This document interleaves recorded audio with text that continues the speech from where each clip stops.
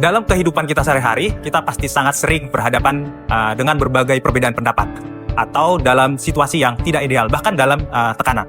Jadi tanpa kedewasaan emosional, maka emosi akan sangat mudah untuk mengambil alih, sehingga keputusan kita bisa bersifat impulsif dan bisa mengakibatkan hubungan kita jadi rusak. Ya, jadi dengan kedewasaan emosional ya akan membantu kita untuk mengenali apa yang dirasakan oleh orang lain dan memahami penyebabnya, sehingga kita juga mampu untuk memilih sikap atau respon yang dapat kita ambil dalam berbagai situasi. Emotional intelligence adalah kemampuan untuk mengenal dan mengelola emosi diri sendiri, mengenal emosi orang lain serta berinteraksi dengan orang lain demi membangun hubungan kerja yang sehat. Emotional intelligence terdiri dari 5 aspek utama, yaitu bagaimana kita menangani diri sendiri dalam aspek self-awareness, self-regulation, serta motivation, dan bagaimana kita menangani hubungan dengan orang lain melalui empathy dan social skill. Melalui role play ini, ya, kami akan menampilkan bagaimana kelima kompetensi tersebut diterapkan dalam situasi aktual, ya, di dalam hal ini dalam konteks dunia kerja, mulai dari bagaimana menghadapi tekanan pekerjaan, bekerja dalam tim, hingga penyelesaian masalah di dunia kerja.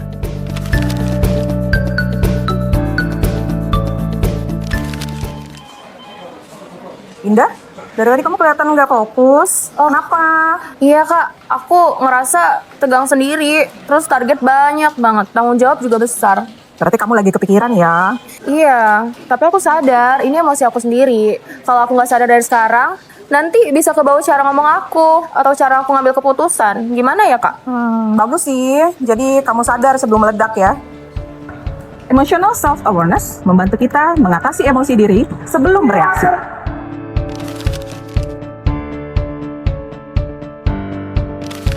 Audi, progres ini agak lambat.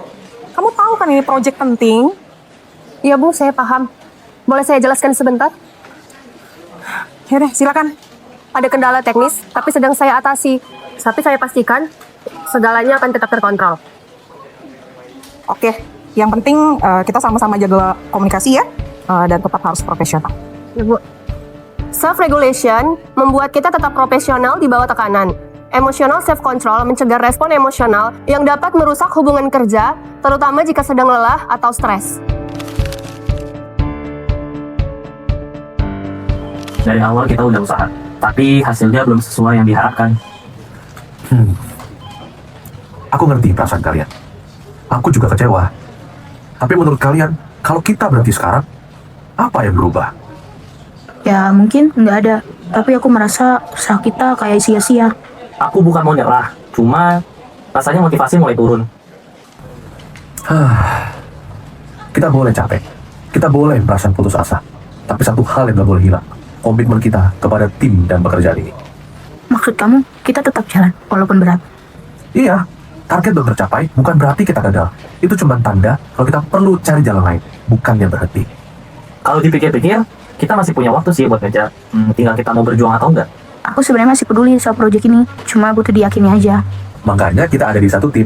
Kalau satu orang ngedrop, yang lain akan bantu ngangkat. Kita bisa selesaikan ini bareng-bareng. Oke, kita evaluasi lagi, atur ulang strategi, dan tetap jalan sampai akhir. Baik, aku nggak akan nyerah di tengah jalan. Terima kasih. Selama kita masih komit, akan selalu ada jalan.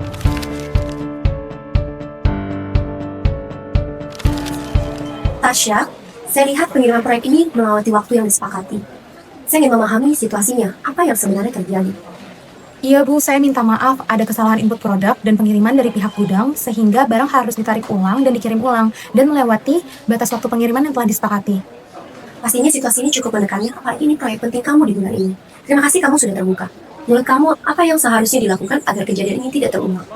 Saya akan monitor penginputan di gudang dalam 1 hari kerja setelah diinput untuk mengantisipasi kesalahan dan melakukan koordinasi dengan pihak gudang dan klien jika ada kesalahan. Itu langkah terbaik. Apabila perlu bantuan untuk monitor dan eskalasi, jangan ragu sampaikan kepada saya. Kita hadapi bersama. Oke Bu, terima kasih sudah memahami saya. Saya menjadi lebih yakin untuk memperbaiki prosesnya. Empati membantu kita memahami kondisi orang lain dan menciptakan lingkungan kerja yang sehat dengan menjadi penanya dan pendengar yang baik. Sehingga individu dapat menjalin komunikasi yang lancar dan terbuka dan merasa dihargai oleh atasan. Kompetensi ini mempererat kerja sama tim dan efektivitas terutama saat mengalami kendala dalam pekerjaan tanpa menyalahkan.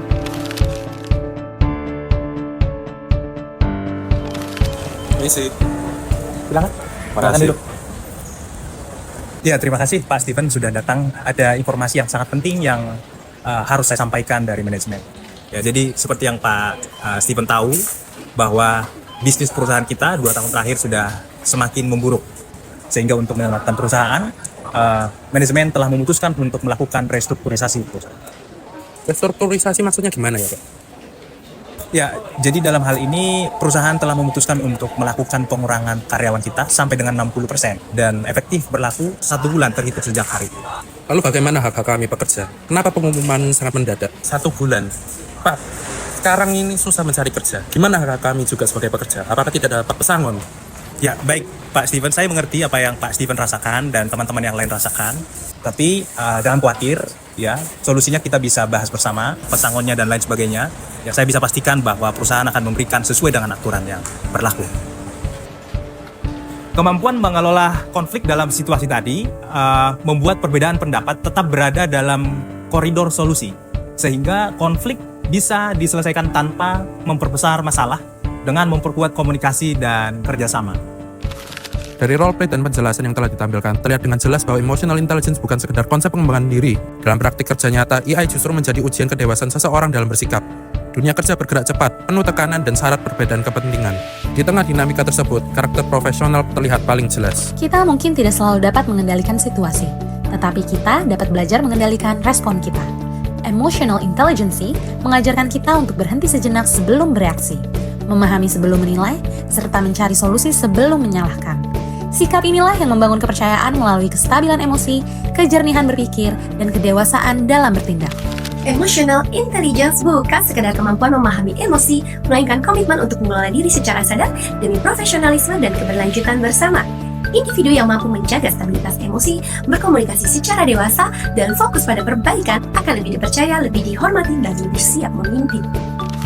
Pada akhirnya, keberhasilan profesional tidak hanya ditentukan oleh apa yang kita kerjakan, tetapi oleh bagaimana kita bersikap saat menghadapi tekanan dan perbedaan. Organisasi yang kuat selalu dibangun oleh individu-individu yang matang secara emosional. Disitulah emotional intelligence menjadi penentu masa depan profesional kita.